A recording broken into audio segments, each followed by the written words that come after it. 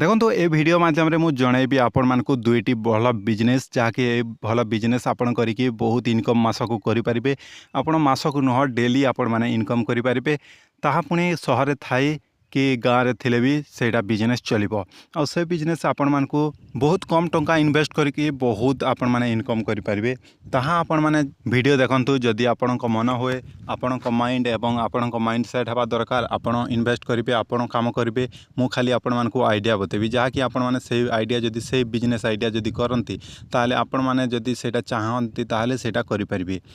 आउ किछि जबरदस्त सेमिति किछि नाही आपण मैंने सेटा लोकल एरिया रे आपण मैंने करि परिबे आपण गाँव रे थाई कि मध्य करि परिबे। तो देखंतु गोटे बिजनेस रहउछि अंडा बिजनेस आपण अंडा बिक्री करके आपण मैंने बहुत इनकम करि परिबे गोटे शॉप खोलिबे गोटे दुकान खोलिबे आउ सेठी आपण मैंने बसिकी मध्य अंडा बिक्री करिवे आउ गाँ गाँव रे होलसेलिंग परी आपण मैंने सेठी नहीं कि सेमानंकु समस्त दुकान रे अंडा छाणिबे एवं बहुत सारा फास्ट फूड दुकान मध्य अच्छी सेठी आपण माने अंडा देई पारिबे आउ सेमानंकु आपण माने कम टंका रे किनिबे आउ सेमानंकु अंडा बिक्री सेमानंको पाखरे अंडा दे पारिबे जेमिति कि होलसेलिंग टाइप आपण माने एटा नॉर्मली गाँव रे थाई कि आपण घरे मध्य रखिकी अंडा नहीं कि आपण माने दुकान दुकान रे दे पारिबे किछि आपण मानकु बड़ होलसेलिंग करबाकू पड़िबो नाही आउ सेटा आपण मानकु रेट बहुत कम टंका रे आपण केमिति पाइबे जेमिति कि गोटी अंडा रे 2 रे 3 टंका आपण मानकु मिलिबो आउ जदि आपण माने बिक्री करंती आपण दुकान करिकी आपण माने फास्ट फूड करिकी सेटा मध्य चलिबो आउ आपण माने केमिति अंडा आनिबे देखंतु आपण मानकु हम ओडिसा रो अंडा रेट जदि जानिबाकू चाहुचंती ताहले आपण माने एग रेट टुडे ओडिशा लिखिकी सर्च करने को पड़ो मु 18 जून रे वीडियो बनैली 18 जून रे देखंतु एठी मु आपण मानकु देखै देछि ए वेबसाइट रे daily update egg price today Odisha एमिति लिखिदेबे आउ आपण माने देखि पारिबे। तो देखो ये आपण मैंने क्लिक कलापर ये वेबसाइट टी ओपन हो जाऊँगी आपण मानकु एठी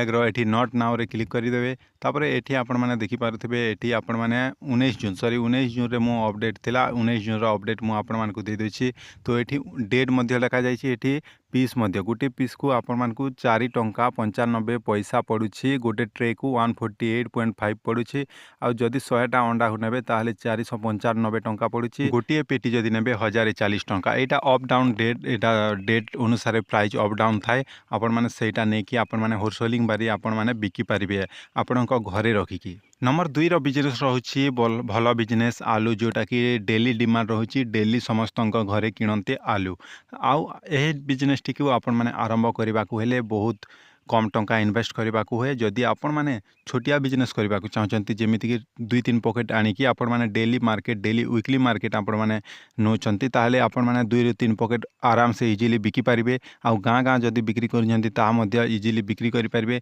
जदि आलू को जदि सेमिति बिकिबा को चाहू नथिले गोदाम बनैबा को चाहूले ओनली वन गोटी आपण मैंने सामान रखिबे जहाँकि आलू तमें 50 टी डेली आपण मैंने 50 बैग आपण घरे आनिकी रखिबे और दुकान मानकु सेमानकु सेल करेंगे दुकान दुकान आपण मैंने बुलेबे को दुकान रे 2 पॉकेट को दुकान रे 3 पॉकेट एमिति जदि करूछंती सेटा टिके अधिका इन्वेस्ट लागिबो आपण मैंने अधिका इन्वेस्ट करबा को चाहतले सेही बोली करिवे घरे रखिकी गोटे गुदाम करिवे और आपण मैंने दुकान दुकान आपण मैंने आलू 2 बैग एमिति समस्त दुकान रे देले आपण मैंने केते बेनिफिट रहि जिवे। एही चैनल रे मु आपण मानकु बिजनेस रो सजेशन वीडियो आपण मानकु देबी बिजनेस आइडिया देबी आपण मैंने चैनल टी को सब्सक्राइब करंतु एमिति आपण मैंने सर्वप्रथम पाई पारुथिबे वीडियो गुडी को।